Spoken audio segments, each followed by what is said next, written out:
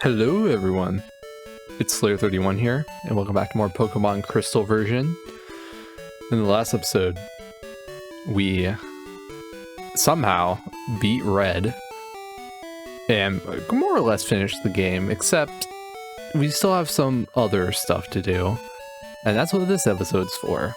And possibly another one, though I am kind of doubting it at this point in time.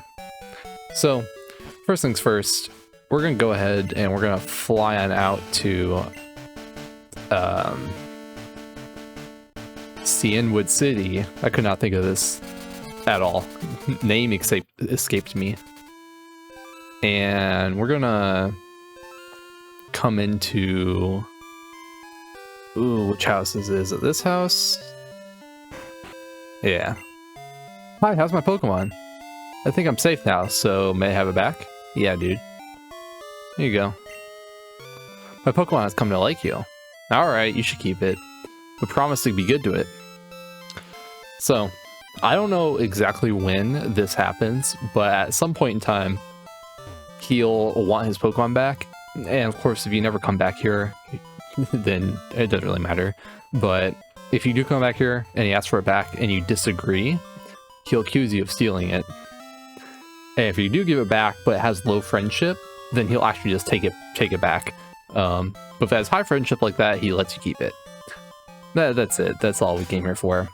And so next up on the docket is actually to do all the in-game trades, which is going to be a fun time. But I need to get some Pokemon first for that. Okay, first of all, in Violet City, this house down here had a trade in it, if you might remember from this guy. I click Pokemon. Do you have Bellsprout? Oh, I do have a Bellsprout. Right here. Okay, connect the game link cable.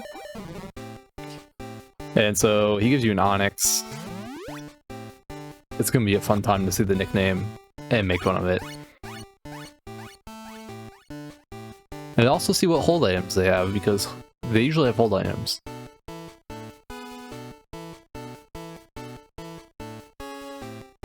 Any day now. Yeah, send the Onix over.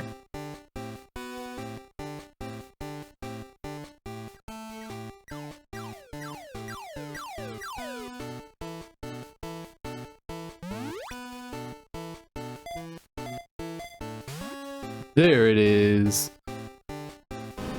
Murr.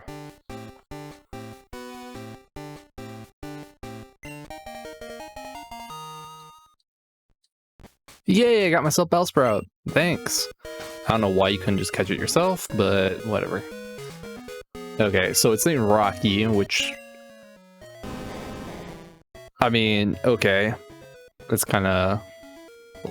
I don't know, it's pretty generic. And then it's holding a Bitterberry, which I suppose makes sense.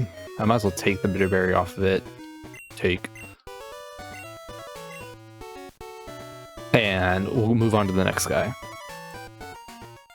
Our next stop is in the Goldenrod department store on floor 5. Of all places, I don't know why floor 5. Should look at the directory and find out what this floor is up for. I'm actually kind of curious. Customize your Pokemon, TM corner. What? Whatever, dude. Hi, Clay Pokemon, do you have Abra? I do want to trade. Here you are. Could have asked for a Kadabra so you can get an Alakazam. That would have been a smart play. But you didn't do that. I could have slapped a Neverstone on it though. That would be pretty funny. Yo, could I? That'd be so funny. I wonder if it lets you.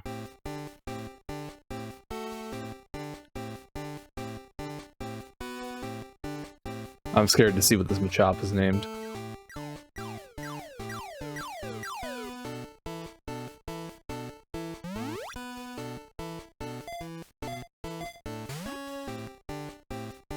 We could have used you in the gym, but... I mean, we could have used you, period, actually. Yeah, I got myself Abra. Thanks. Let's see here. Muscle? Okay. Was it holding a Bitterberry? Goldberry. Ooh. Well, I'm not impressed. Like, at all. It's not even, like, a weird or funny nickname. It's just... I don't know. It's like nothing. Okay, well, on to the next one. Now, in Olivine City, all the way up here, this guy wants a Krabby. I'm looking for this Pokemon. If you have Krabby, would you trade it for my Voltorb? Krabby, go.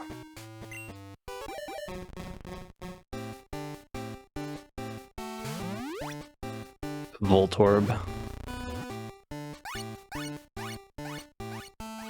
I don't even know what they were thinking with this particular trade.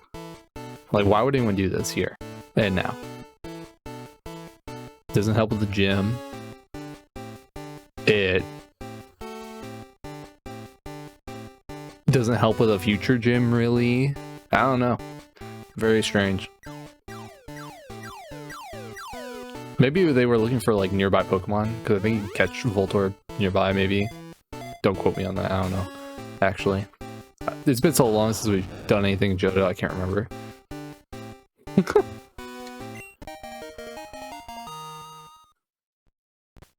Great, thank you. I finally got Krabby. Alright, let's see it. Volty.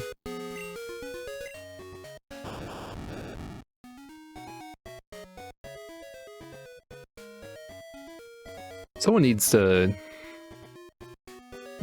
fire whoever was naming these in-game trade Pokemon nicknames and hire someone else. Paralyzed Cureberry. Okay. Give me that. On to the next one.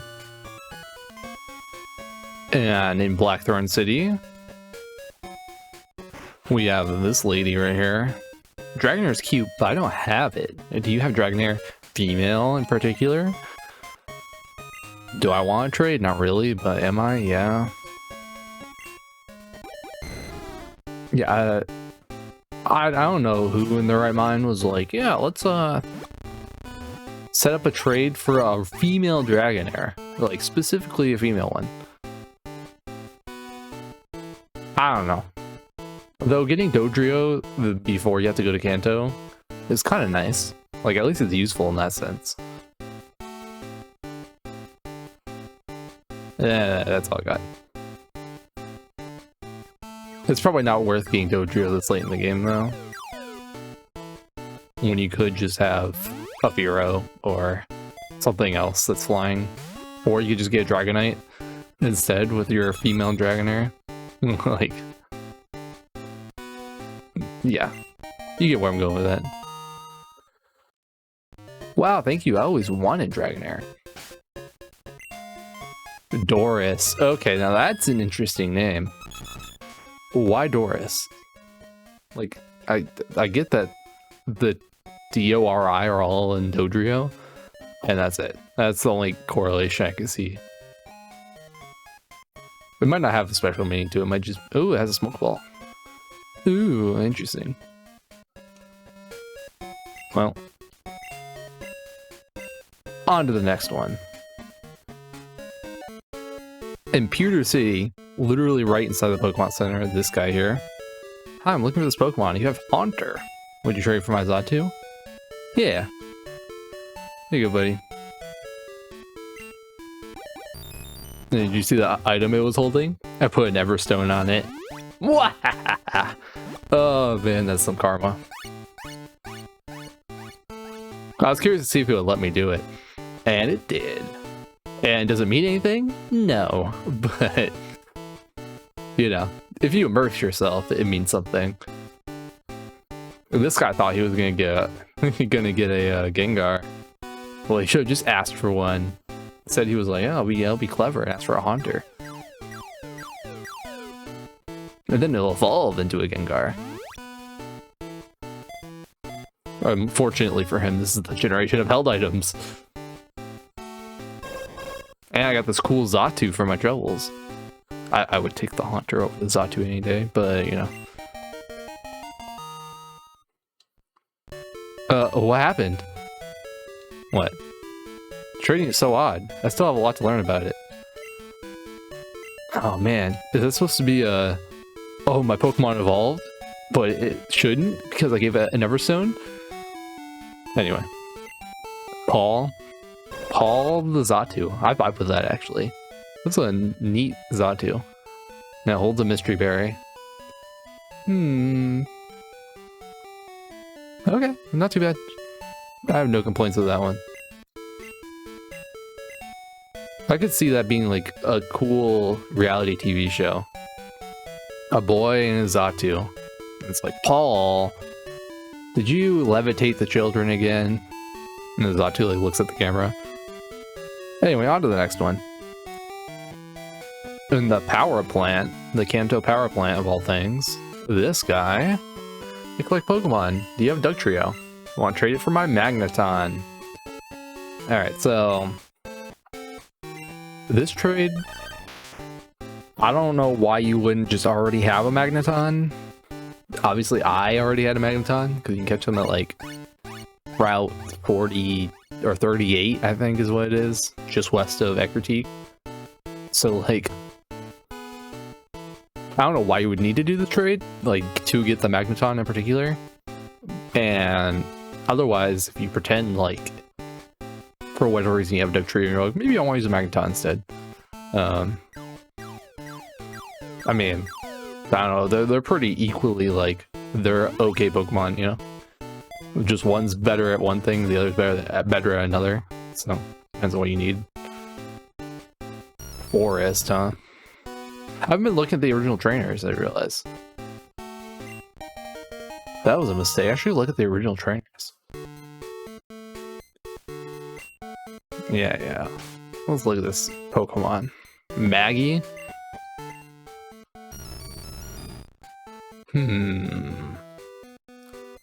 Now, this right here is why we did the in-game trades before we did the whole complete the Pokedex thing, which I believe we did the opposite order in yellow version. It's for this item right here. This is the second way that you can get a Metal Coat in the game without having to trade one over from a different game. Or something really jank like that. And therefore, we're gonna steal this Metal Coat and use it. That's all. Okay, real quick, these original trainers. Kyle, I think I read some of these, but it didn't like dawn on me that some of them might be funny. So we have Kyle, we have Mike, Tim, okay, Emmy, that makes so much sense. Chris, dude, this Chris guy I vibe with so much. His name's Chris, he has a Xatu named Paul. Welcome to the Chris and Paul show. And Forest, which is a very interesting name. Very interesting. Especially for a guy that works in the power plant. Anyhow. Okay. Now we're getting to the part where we talk about completing the Pokedex, which is everyone's favorite thing to do, and the reason everyone plays Pokemon, obviously. And to be able to talk about that, we have to talk about the time capsule. The time capsule is very, very weird and interesting because they market it as you could travel to the past and trade your Pokemon. Don't ask me how that makes any sense or why they decided to do it that way, but they did. And I like the implications of that because theoretically, if I traded with our Let's Play a Pokemon Yellow, that save file, I'd be trading with Red from the past, which we also fought on Mount Silver in the current day.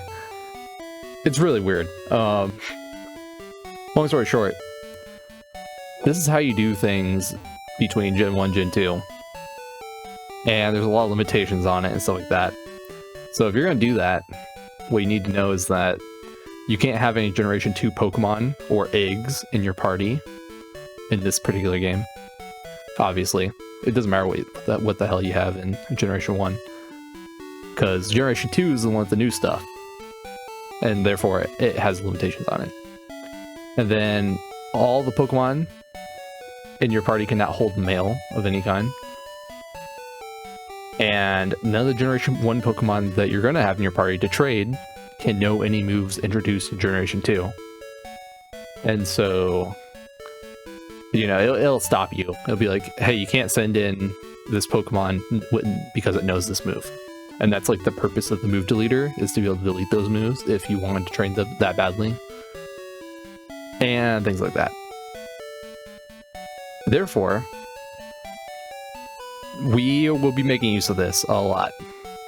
And one of the weirder things about this is that a Generation 1 Pokemon, when they get traded to Generation 2, automatically have a hold item.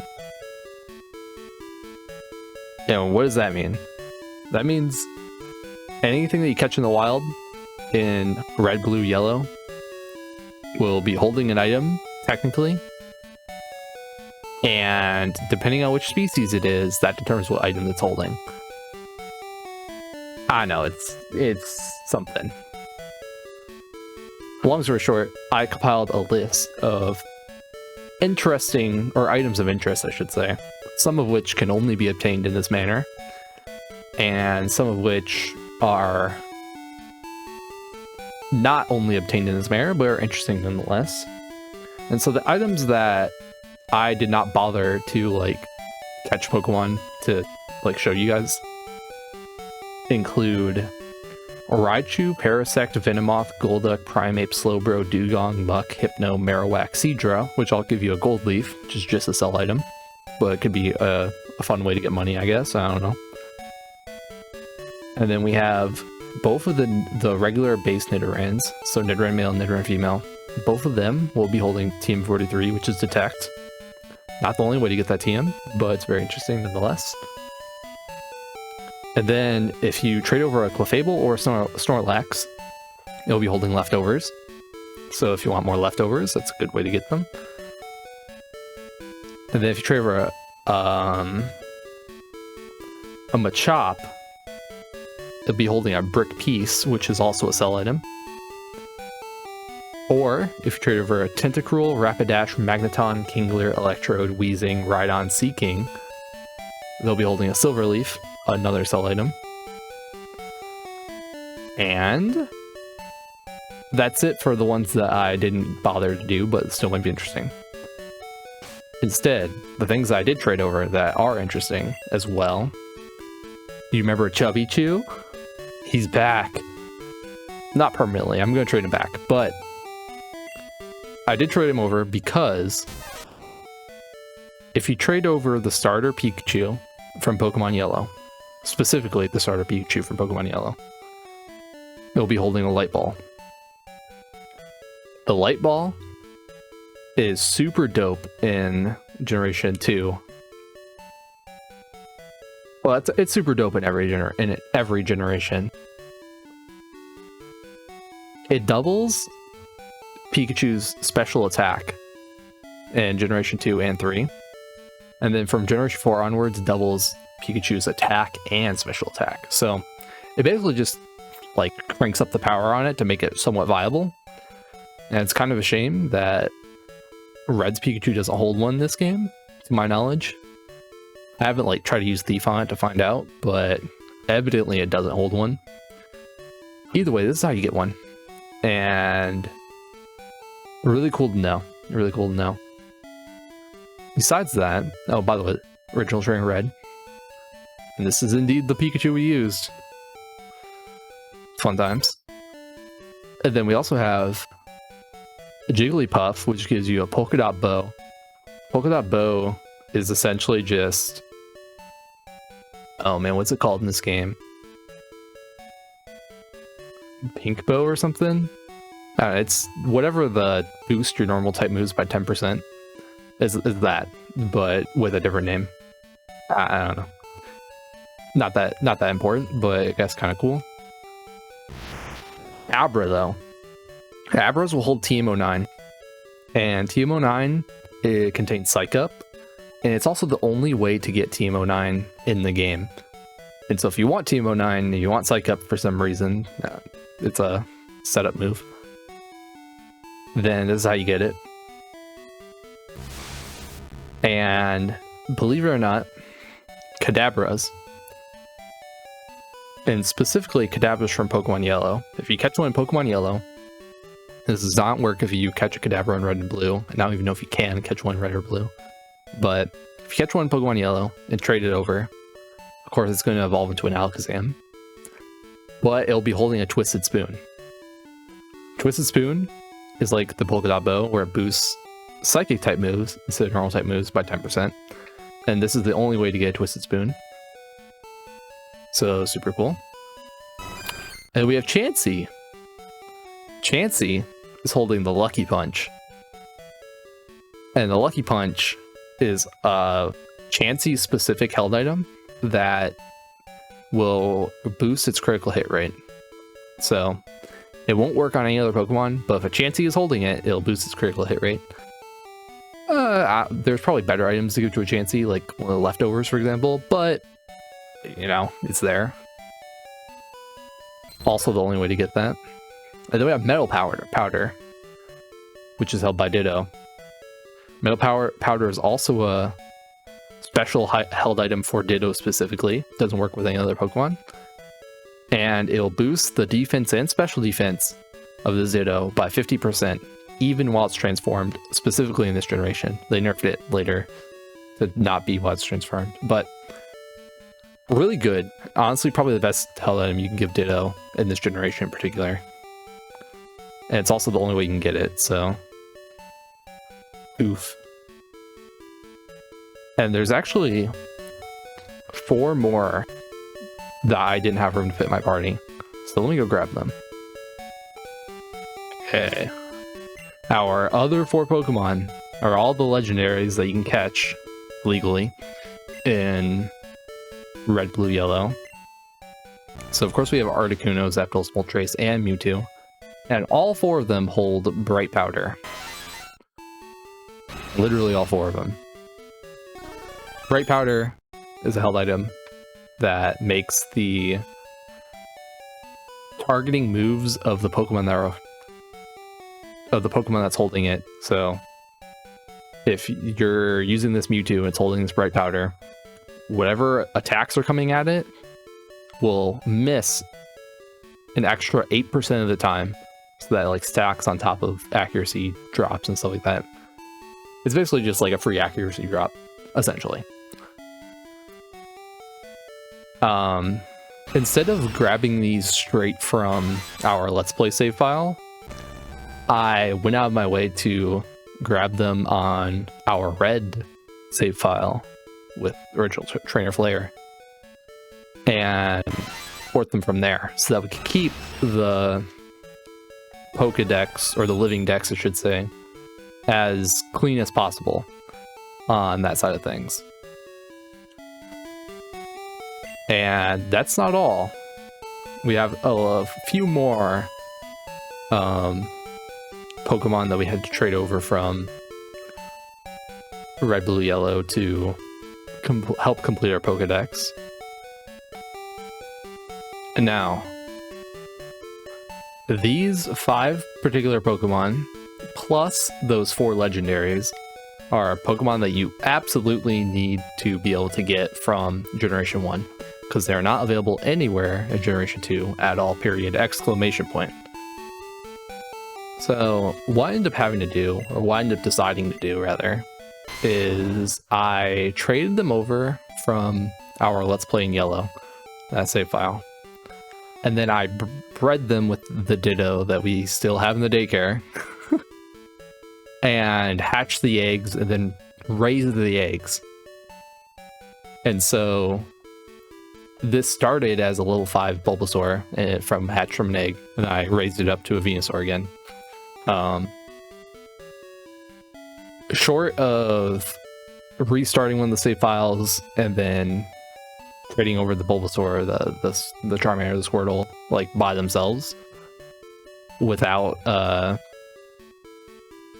without breeding and stuff like that's like the only nice way to do it, and it was probably the fastest way to do it. And so because of the breeding, the original trainer on this thing is Chris. And that's the other, shall I say, benefit. I'm saying benefit loosely, because in a way, having a outsider Pokemon is more of a benefit because it gains experience points faster. Anyway, that's why all these say original trainer Chris. But these 5 Pokemon, the 3 starters and the 2 fossils, need to be gotten from Generation 1 somehow, some way.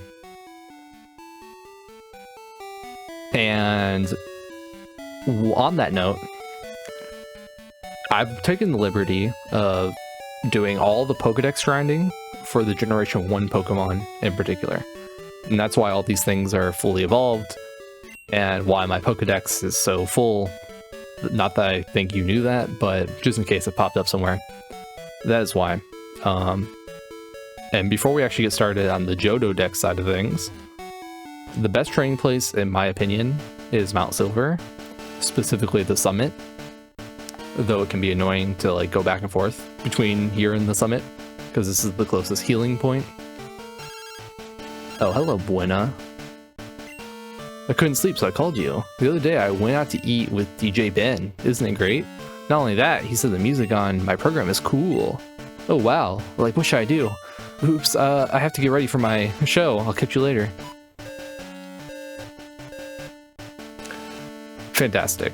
Anyway.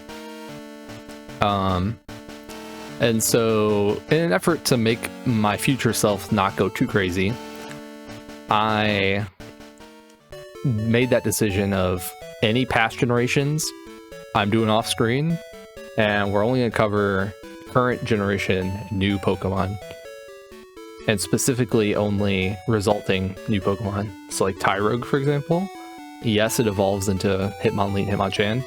We're not going to specifically talk about that or cover it. We're only going to cover it evolving into Hitmontop, because Hitmontop is a resulting Generation 2 Pokemon. Anyway, that's all I got. Cue the evolutions. At level 16, Chikorita evolves into Bayleef.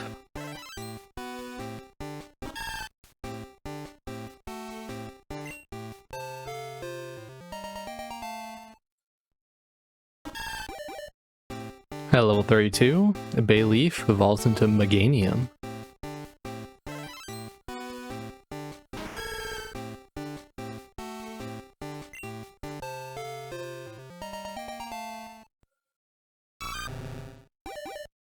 At level 18, Totodile evolves into Croconaw.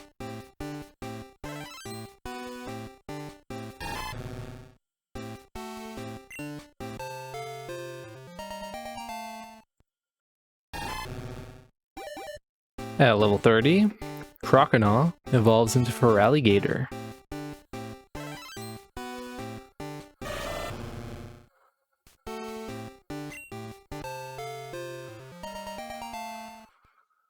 Wait. Stop the count. Okay. Before we go any further, especially now that we're out of starter territory, good thing I remembered this. There is an item, a held item, called the Lucky Egg, which you can find from Wild Chanseys, because they hold them, 2% of the time. And what this Lucky Egg does is it will allow the Pokemon that's holding it to gain 1.5 times the experience it would normally gain. Or in other words, it's like an outsider Pokemon. And I believe it actually stacks with the outsider Pokemon bonus of 1.5 times. But don't quote me on that. Either way, I figured I would inform you guys before we moved on too much further, but I am too lazy to get one, so I will not be using one. Alright, back to your regularly scheduled program. At level 15, Sentret evolves into Furret.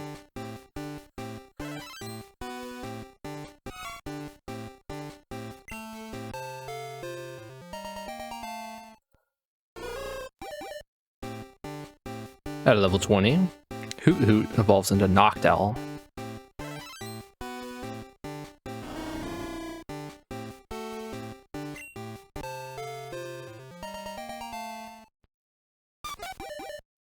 At level 18, Ledyba evolves into Lydian.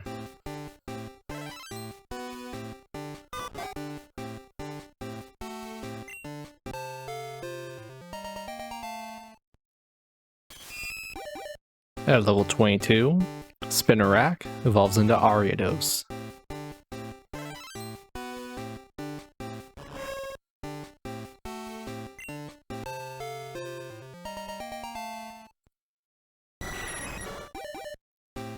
Via leveling up with high friendship, Golbat evolves into Crobat.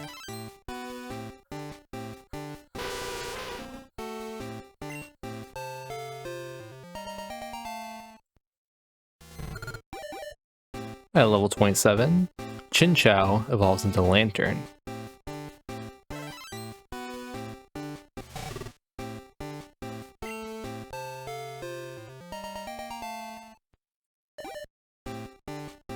By breeding Clefairy or Clefable, you can hatch a Cleffa.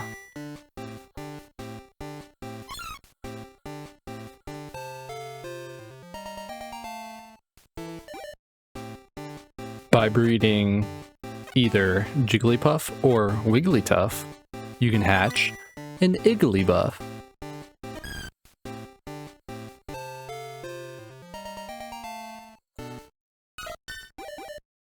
Via leveling up with high friendship, Togepi evolves into Togetic.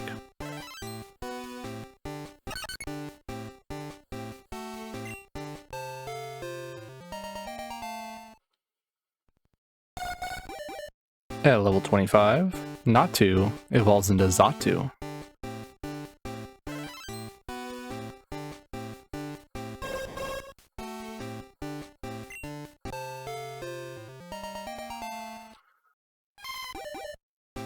At level 15, Mareep evolves into Flaaffy.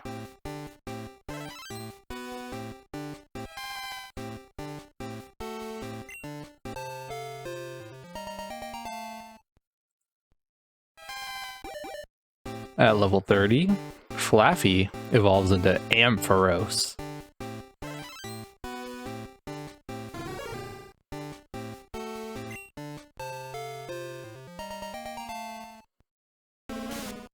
Via Sunstone, Gloom evolves into Bellossom.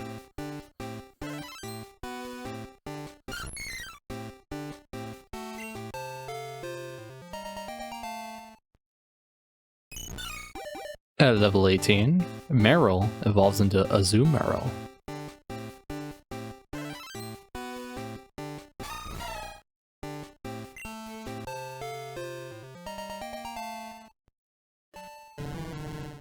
Via trading while holding a King's Rock, Poliwhirl evolves into Politoed.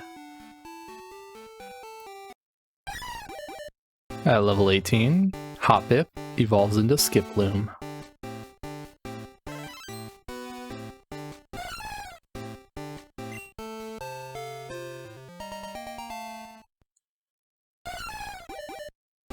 At level 27, Skiploom evolves into Jumpluff. That's a goofy sprite.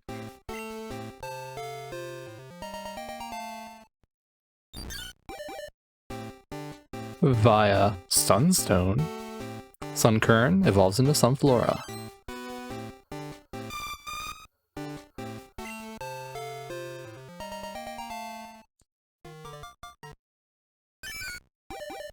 At level 20, Wooper evolves into Quagsire.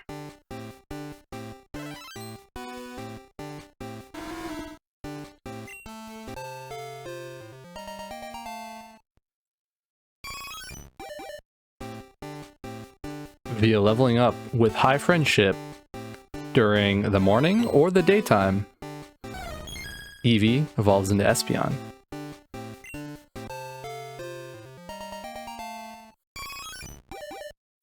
Via leveling up with high friendship during the nighttime, Eevee evolves into Umbreon.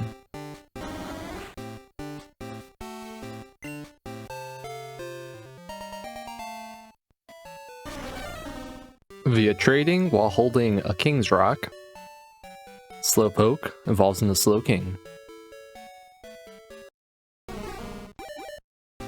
At level 31, Pineco evolves into Fortress.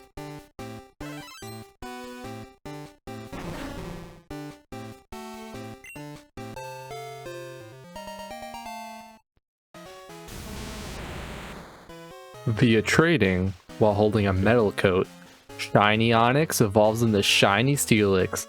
That's right, I found a Shiny Onix while I was grinding experience for the Kanto evolutions. So this happened like off screen like a week ago. And we evolved into Shiny Steelix. At level 23, Snubble evolves into Gramble.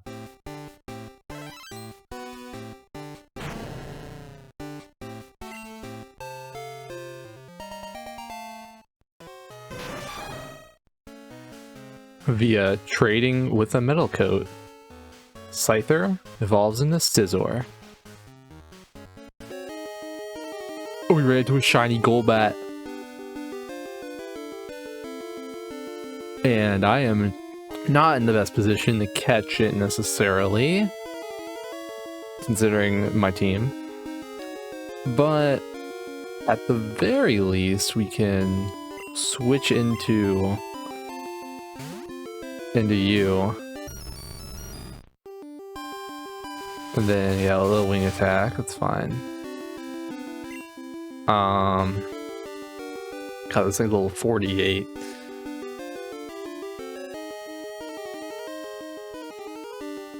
I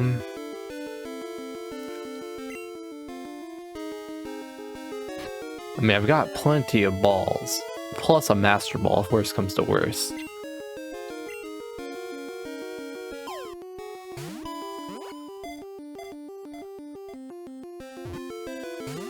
So what's Golbat's catch rate? I do not remember, or I don't even know if I knew.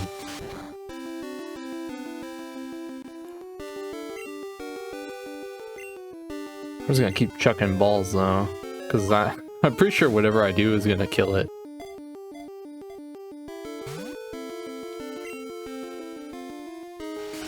Like, I could theoretically use other Pokemon to chip it down, but everything's so low leveled except for the Remoraid. What does Remoraid even have?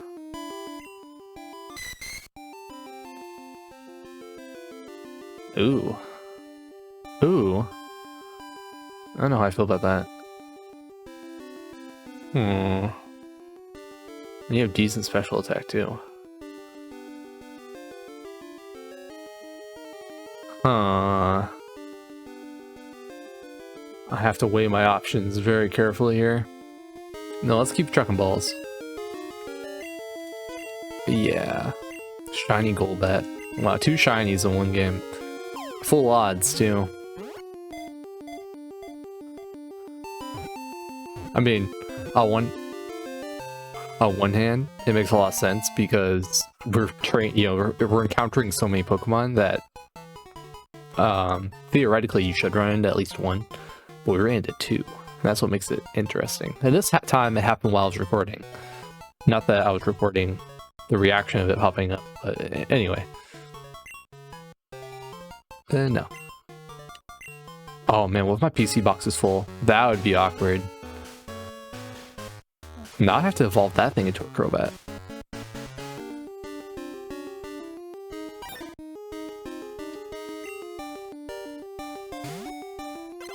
Oh, look at it. Oh man, I love Crobat so much. So I'm so glad we found shiny Golbat. I can't wait till it evolves. It's happening. Let's see it. Oh, it's pink. Oh my god. Yes. We need to take a look at this thing's stats. Lots of walking so that it actually works. Oh my lord.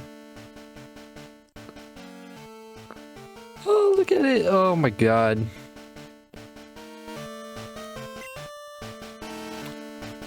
Wow. At level 38, Slugma evolves into Magcargo.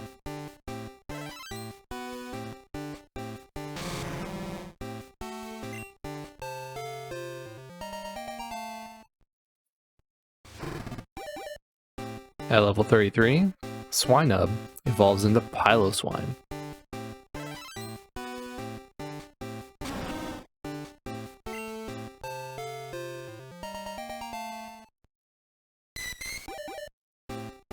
At level 25, Remoraid evolves into Octillery. Don't ask me how that works.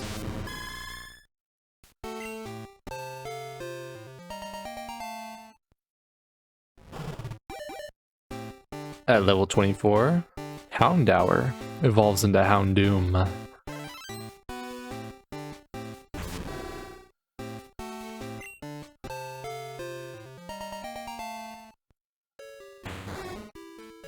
Via trading while holding a Dragon Scale, Seadra evolves into Kingdra.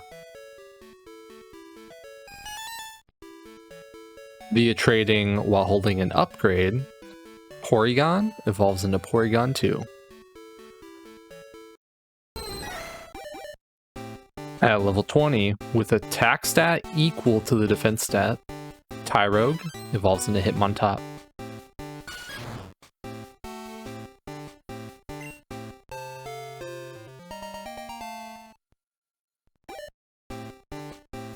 By breeding an Electabuzz, you can hatch an Elekid.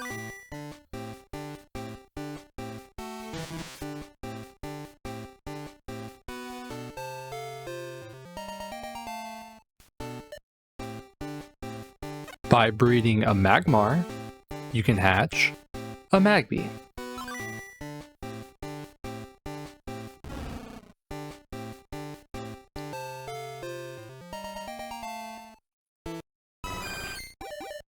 Via leveling up with high friendship, Chansey evolves into Blissey.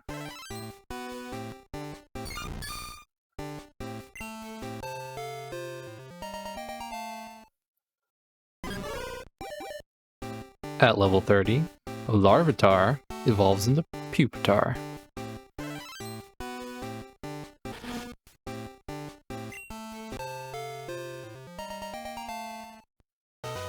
So while I was training, this guy called me.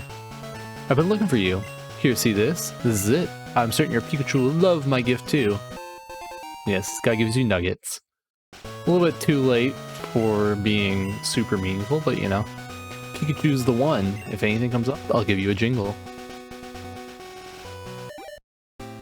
At level 55, Pupitar evolves into Tyranitar.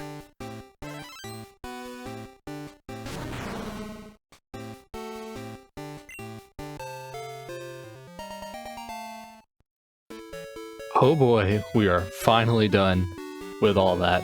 And ironically, or maybe not so ironically, depends on how you look at it, it was kind of easier to do Generation 2 versus like doing Generation 1, both because there was less Pokemon, and because the amount of Pokemon that evolve at higher levels is significantly less, because most of them are trades or evolve with friendship or something, which is like way less time consuming than level 38, level 40, level 40, level this, level that. But now that we've done all that, we have 249 Pokemon seen, 249 Pokemon owned, and what was that? Ah yes, that's right. We haven't talked about Mew yet. Well, obviously, being a mythical Pokemon, Mew is not naturally obtainable in any game. But if you want to trade over the Mew from Generation 1, assuming you have one, then you could do that. Or if you were lucky enough to have existed and had the means to get to this place between 2001 and 2003, at the New York Pokemon Center, Gotta Catch 'Em All Station, starting on November 22nd, 2001, and spanning all the way over to March 13th, 2003. Every week they had a set rotation of Pokemon that would rotate out every week, and you could go and download one of those Pokemon as an event, once per week per visit, right? So you could theoretically come back on every week between those 2 dates and get a new Pokemon, or maybe the same Pokemon, depending on how unlucky you are. And on one of those weeks, there was a 0.5% chance that you'd get a shiny Mew. There was no regular Mew, only shiny Mew. It was 0.5% chance on one specific week to get it. Now, of course, it comes at level 5, and this one's been a little bit trained, so it is what it is, but you can find this online and download it if you'd like. And, of course, PCNYC for Crystal, I'm guessing. And then ID number 1. So super cool. And that brings our Pokedex up to 250, which is a nice even number. We like that number. However, as everyone should know, there's a mythical Pokemon for Generation 2 also. And its name is Celebi. Now, how do we go about obtaining Celebi? What event is it this time? Well, in the same event, you could have either gotten a regular or a shiny Celebi, depending on how lucky you were. Or, if you're playing the Virtual Console version of this game, you can do an event in-game automatically without having to download anything. There's an event that you can go through that will allow you to catch a Celebi. The version I'm playing, though, is the original Game Boy Color version, which means that it technically doesn't have it.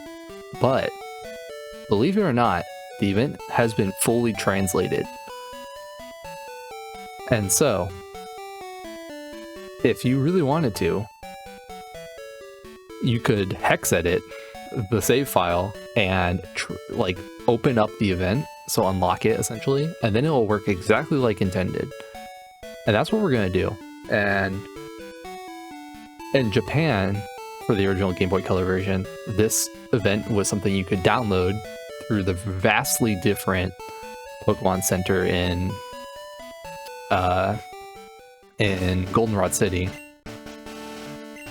And you had to do a bunch of crazy stuff, like you had to have all 16 badges, you had to take a quiz.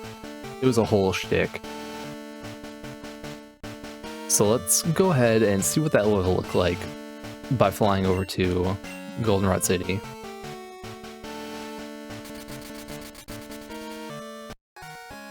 Okay, now, the way this event is going to work, if you're playing the Game Boy Color version and you go through the trouble of hex editing, is you walk in here into the Pokemon Center, and then whenever you attempt to leave, Chris, isn't it? Congratulations! As a special deal, a GS ball has been sent just for you. Please accept it. And they give you a GS ball. Please do come again. And this is just the start of things, but if you're playing the Virtual Console version, the process for doing this is exactly the same. You walk to the Pokemon Center and you attempt to leave, except this becomes unlocked as soon as you beat the Elite Four for the first time. So as soon as you beat the Elite Four and you unlock Kanto, and they're like, come to Olivine City, so you can go to, or, you know, Professor Elm gives you the ticket and whatever.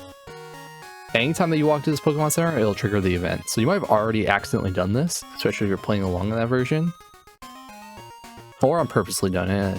I'm not judging. Either way, that's what's going on here. And with any sort of ball, the one place to take it is to Kurt. So we're gonna go hand it to him.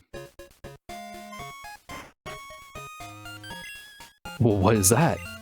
I've never seen one before. It looks a lot like a Pokeball, but it appears to be something else. Let me check it for you. And unfortunately, like everything else that he does, it takes a full day for him to figure out what to do with it. So we'll be back in a full day. Okay, it's been a full day So we go back in. Chris, this ball started to shake while I was checking it. There must be something to this. Excuse you? Ilex Forest is restless. What is going on? Chris, here's your GS ball back. Did you go see why Ilex Forest is so restless? Bro, you didn't even do anything with it. Lame. But we might as well go check to see what Ilex Forest is doing. Though, as I think about it, I'm gonna be smart and we're gonna withdraw the Jinx from our box. Alright, into Ilex Forest we go. I should probably put up a repel. Just so we don't get interrupted. Now, by the way, Specs got to level 100 while I was grinding. I know, kind of crazy. Too many Golbats and Golducks. Lots of gold.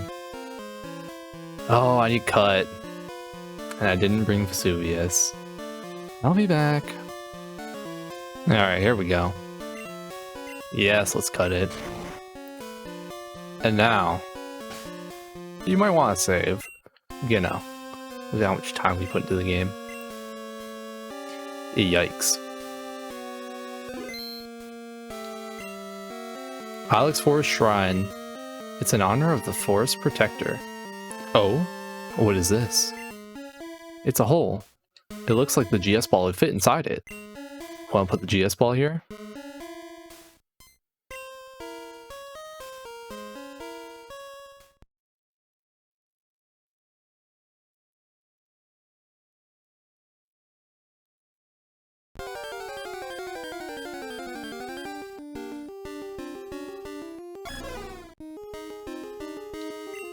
And here's Celebi at level 30. Now, of course, not that I think it can run away, but I'll look at it anyway. We brought Jinx mainly for being able to put things to sleep, but it did safeguard, which is kind of annoying. Do I think Ice Punch will kill it? That is the question. Yeah, might as well test it out. This is why we saved. I thought you were better than this. No. I'm kind of curious what happens if you say no. Oh. Nothing. No witty dialogue, no nothing? Well, fine. I see how it is. Now, correct me if I'm wrong, someone, somewhere, but I do believe that this Celebi can be shiny randomly. So you have to have the full odds, but I believe it can be shiny, which is mildly interesting. Also, forget me licking it. I'm gonna lick it, like, a lot.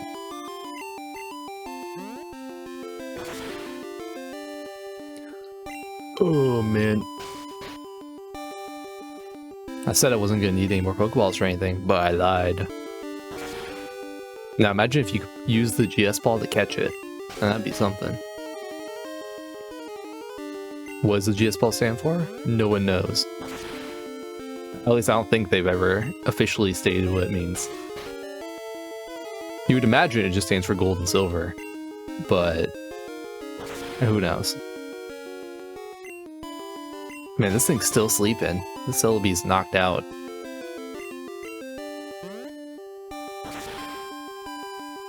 Okay. Oh, it woke up. And it has Heal Bell. I waited for, like, literally the last second to do that. I was like, alright, it's time to, start chucking balls at it. That's okay, though. Now we can start chucking balls at it. All the Ultra Balls I had to use in the shiny Golbat. First ball, of course. I don't know what Celebi's catch rate actually is, and I'm kind of curious now. There's no way that it's high, right? That wouldn't make any sense. I'll find out. The time travel Pokemon. Revered as a guardian of the forest, Celebi appears wherever beautiful forests exist. His catch rate's 45? What? That's crazy. I guess I didn't want it to be hard to catch, necessarily. Interesting. Not gonna give a nickname to the Celebi. Ooh, wasn't that something? Chris, that was fantastic, thanks. The legends about that shrine are real after all. I feel inspired by what I just saw. It motivates me to make better balls. I'm going. So, yeah. That's that. That is the entire event. It's literally just a way to get a Celebi, and that's it. And I don't know if I ever mentioned this before, but if it's for that reason that I would recommend playing the Virtual Console version over the original version, specifically just so you can get access to the Celebi without having to do anything crazy. And I mean, that's really it. At the end of the day, though, that is the event in its entirety, and that's what it's going to look like if you do it on the Virtual Console version. Pretty cool. So, for sake of completeness, I went ahead and brought in the Mew that we had in the yellow save, or more like copied it, but you get the point. And then so now we have the regular Mew, the shiny Mew. Let me put it on this one. Yeah, there we go. That's better. I like having the original trainer there. And then we have the Celebi that we caught, which is not legal by any means. Like, it won't go through, like, I don't know, theoretically, like, if this were VC, like, you somehow got this onto a VC copy, it would not go through Pokemon Bank, for instance. This one, though, is a legal one because it's an event one. And then you could get shiny Celebi very rarely. I think it was like 1% of the time. Yeah, 1% of the time during one specific week in that large distribution event at the New York Pokemon Center. So, will I be covering anything else shiny related or mythical related? Well, there is something else shiny related or mythical related. The only thing I'm going to say about shinies besides this is, in Generation 2, the only unobtainable shiny Pokemon are most of the unknown letters. The only ones that you can get that are shiny, or that can be shiny, are the letters I and the letters V. And it has a lot to do with how the IVs both determine the shininess and the letter of the unknown. And therefore, it's, you know, conflicting. Anyway. That all said and done, the only reason I'm even covering the shiny legendary or the shiny mythical Pokemon is because they're in events. And so that's how I'm going to handle that, is if it's shiny, or the only way to obtain the shiny is through an event, then I'll cover it. But if you can catch it in-game as a shiny by like soft resetting, we're not going to cover it. And that's future notes and stuff. Other than that, we have finally gotten all 251 Pokemon. Look at that, 251. Seen and owned. And therefore, we can go ahead and make our way down to the Game Freak office. Before we actually go to the Game Freak office, though, it's finally time to withdraw my poor Ditto from the daycare. I'm scared to see how many levels it's grown and how much it's going to cost. Are we geniuses or what? Want to see your Ditto? Yeah. Your Ditto's grown a lot. By level, it's grown by 43. If you want your Pokemon back, it'll cost $4,400. Yeah. Perfect. Here's your Pokemon. Oh my god. 43 levels. Oh no.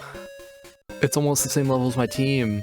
Well, before I grinded with most of them. Yeah, that's something. That's really something.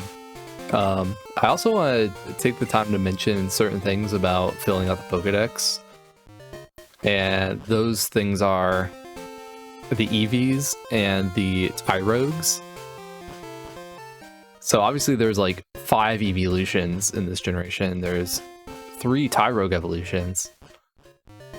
And so short of like trading with like Generation 1 or other Generation 2 games and doing all that stuff, the easiest way to get all of those evolutions is to breed. And with Tyrogue in particular, Tyrogue itself cannot breed, so you have to evolve it into something and then have that thing breed more Tyrogues for you, so you can evolve them into different things. Same thing with the EVs, since you only get one of them per save, you know, this is why I'm mentioning this. And then with the Tyrogue in particular, because of the odd way it evolves, the way that, or the one that I got originally, it evolved straight into a Hitmontop with no problem. However, the ones that I bred that I need to now get into Hitmonlee and Hitmonchan. For the Hitmonlee, I specifically trained against Gyarados at the Lake of Rage using the Super Rod, so they'd be level 40 and give me more experience. And because my Ditto had, I think, high defense IVs, both the Tyrogues had 13 on their defense IV anyway. Which means that even though I trained against Gyarados, which is good because it has a high attack stat, so you get more attack EVs, I still had to use one protein from the the Goldenrod department store up here to raise its attack to the point where it could evolve, because its attack would be higher than its defense. And then for the getting a Hitmonchan, where you have to have high defense, I just trained against the Onyxes in particular. Inside of Mount Silver, because Onyx has a gigantic defense stat and terrible everything else, so it's like perfect for defense EV training specifically. And that one I had no trouble with. I didn't have to buy an iron or anything. But I just wanted to mention that those are 2 things that you can do. You can buy the vitamins here, and you can specifically choose which Pokemon you want to fight to try to get away with it without having to spend any money. And then, actually, I think that's it. So, onward to Game Freak. You didn't think I'd forget about Professor Oak, did you? I almost did. How's your Pokedex coming? Why coming? Why not coming along? I wanted to finish that so badly. Let's see. Current Pokedex completion level. Whoa, a perfect Pokedex! I've dreamt about this. Congratulations! If you're in the area, I hope you come visit again. That's all you got for me? Okay, Professor. Also, take a look at my team. Specs got used a lot, because there's a lot of Golducks and Golbats, as I already mentioned. But then Pop Quiz was also very used because there was a lot of Onyxes and Gravelairs. And so I always just like took both of them and then trained 4 Pokemon at a time. Yeah, so they got tons of experience. Sometimes I'd have Ariel tagging along so I could fly to places. And so she gained like 1 level, I think. Yeah, anyway. That's enough about that. They didn't learn any moves or anything like that, so... To Celadon City we go.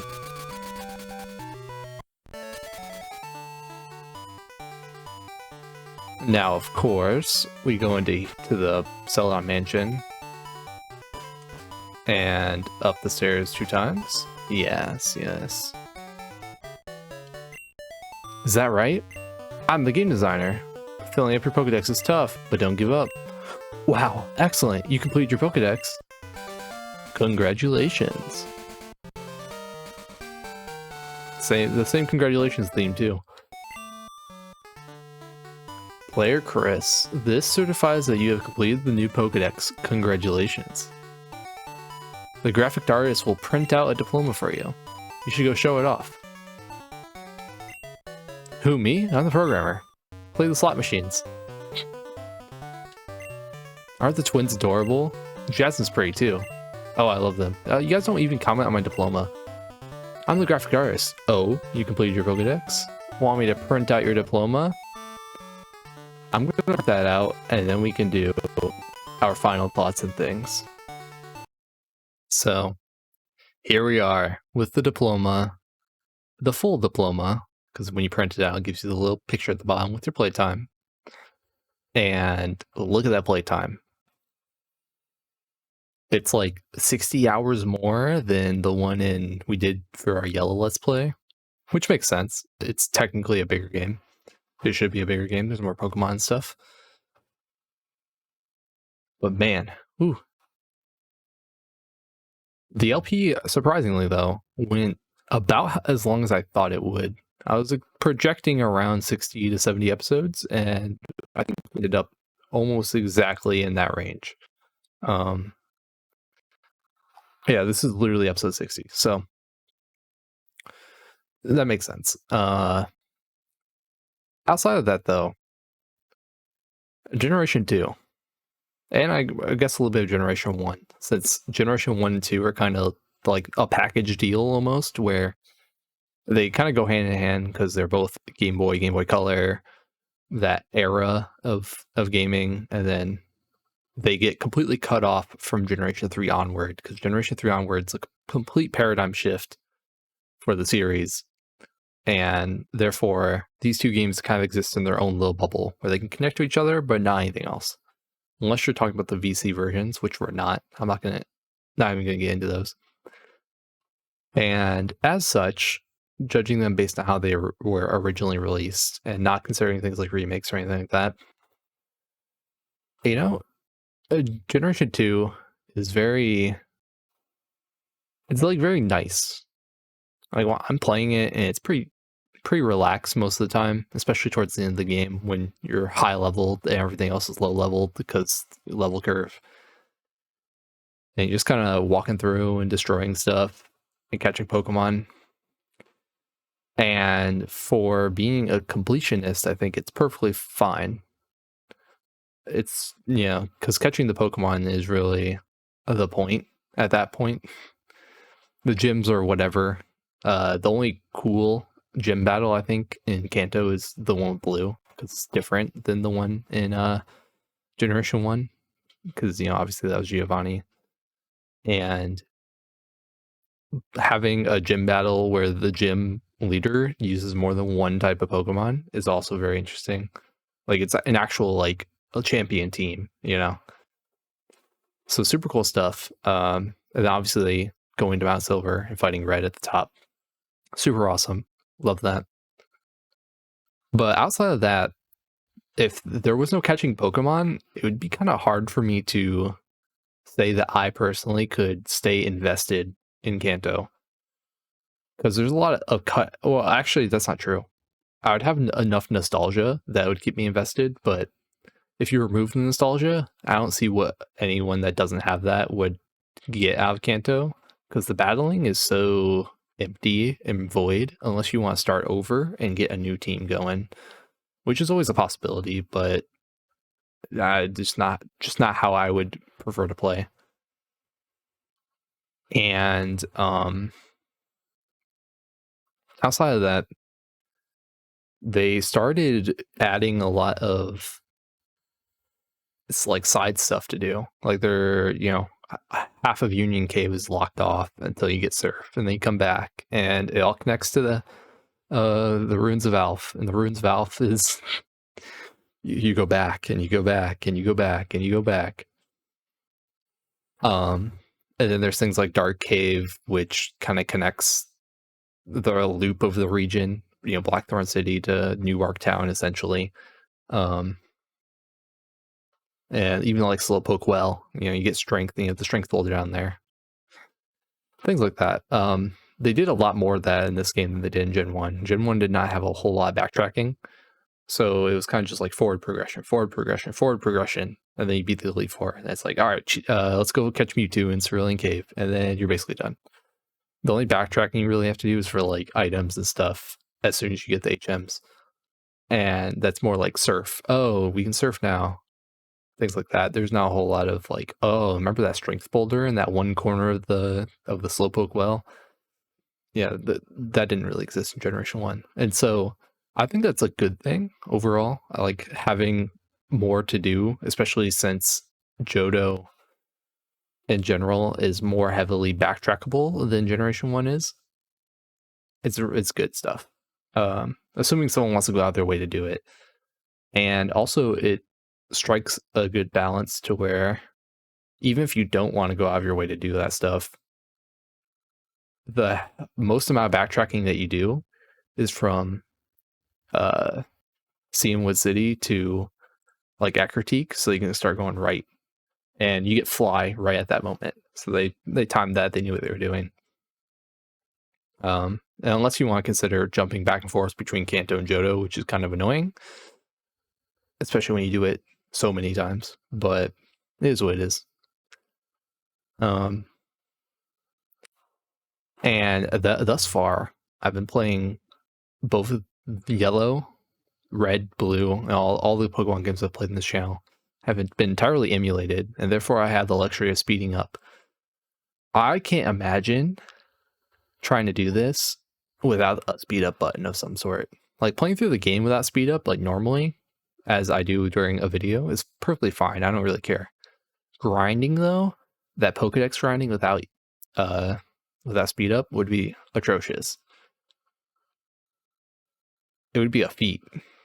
And that playtime of 169.06 would probably, because I'm assuming that reflects how much real time it would take to do it if it was on sped up. Because I think speed up speeds that up, though I'm not 100% sure on that. Either way, I could not imagine. That'd be insane. And therefore, my opinion on the pacing of the region and stuff like that, which as of right now is it's pretty solid. I think I touched upon most of it though when we I think maybe beat Red or we beat the champion, one of the two. Because at one point I complained, I'm like, yeah, you had the whole Team Rocket thing, and that's like my only complaint. Kanto is actually decently well paced. It kind of has the exact same thing where it starts off slow and then you kind of like pick up speed, start steamrolling stuff, which is not a bad thing inherently, in my opinion. It's just the only reason I don't like in Johto as much is because it feels like it's a product of we have to include Kanto, therefore we shorten the end of the region because we started running out of space. And also Team Rocket like halts you. You're like steamrolling, picking up, and then Team Rocket, go and do that for like the next 2 hours. So if it was more spaced out in smaller chunks, I think it would be a lot more manageable. Or if the Team Rocket Goldenrod radio tower takeover was more intriguing, then I would have less of a problem with it. Because, you know, if it was like Cyrus and Mount Coronet for Pokemon Platinum, that'd be one thing. I'd be like, okay, this is fine. You can stop me for that. But like Team Rocket taking over Goldenrod Tower, seriously? Villain competency coming back to strike. Anyway, mechanics are obviously way more quality of life in Generation 2. And I do not miss the jankiness of Generation 1, like, at all. The only thing I miss about Generation 1's jankiness is I kind of like that the Pokeball shakes exactly the same amount of times every time. And so then you can tell if you caught something by if it starts shaking more than that. That's always really nice. And then the infinite freeze time was just nice for catching Pokemon. Though, if you had to deal with it in a battle, it'd get super annoying super quickly. So I can do without that. Like, I'll sacrifice that for the greater good. Other than that, though, new types are good. Dark and Steel are two of my favorite types of all time, actually. Both of them are just really nice. And what else did they do? Breeding is fine. Like, it's kind of the cornerstone of competitive now. And without it, who knows? Who knows where we would be.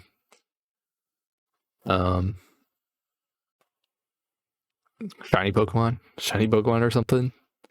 I'm surprised we got two, well, technically three, but two full odds ones in this game, especially because both of them happened right at the end. which is ironically, like I already said, the most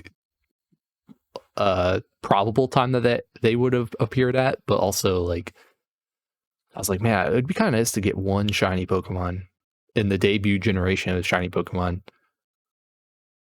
before the LP ends, and it happened because obviously shiny Gyarados is one thing, but so that was neat. Shiny Pokemon are obviously pretty popular, for lack of a better word, in the greater Pokemon community nowadays, and shiny hunting is a whole thing.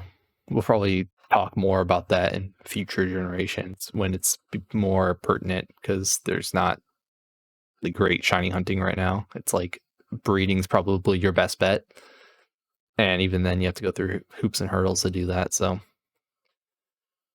besides that, though,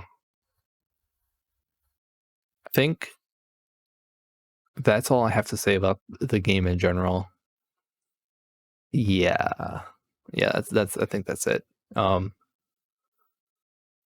I do want to link the evolutions for Generation 1 from the end of my Yellow Let's Play in the description, in case someone needs those for some reason. For sake of like completeness or whatever, I'll link it. If I forget to link it, then someone can yell at me for that, and I'll do it later. And future plans. So we're obviously going to be doing something that's not Pokemon for the next LP. And I haven't decided exactly what that's going to be yet, but it's not going to be Galaxy, believe it or not. I want to do a filler LP before we start doing the whole Mario thing again. So that by the time, because I want to do 7 generations of Pokemon. I think at one point in time it's at 5. I've changed it to 7. And because Generations 8 is where I fell off. And so we're going to do 7 generations of Pokemon, excluding Let's Go Pikachu and Eevee. And so to make things fit nicely into the alternating schedule, I need some extra LPs besides the 3 remaining Mario games, 3D Mario games. And so I'll have to figure out what that is, but Pokemon wise, I'm so obviously Generation 3 is up next, and Generation 3 is going to be a doozy because, like I mentioned already, you get completely cut off from Generation 1 and 2, which means you can't just be like, oh, I'll just trade over things and, Pokedex complete, easy. No. They make it really hard to do National Pokedex. And of course, we're going to do it because I'm crazy, but it's going to be a huge thing. And so I think what my plan is we're going to play the games in release order. And by that, I mean, there are 3, shall we say, 4 primary games that we can cover.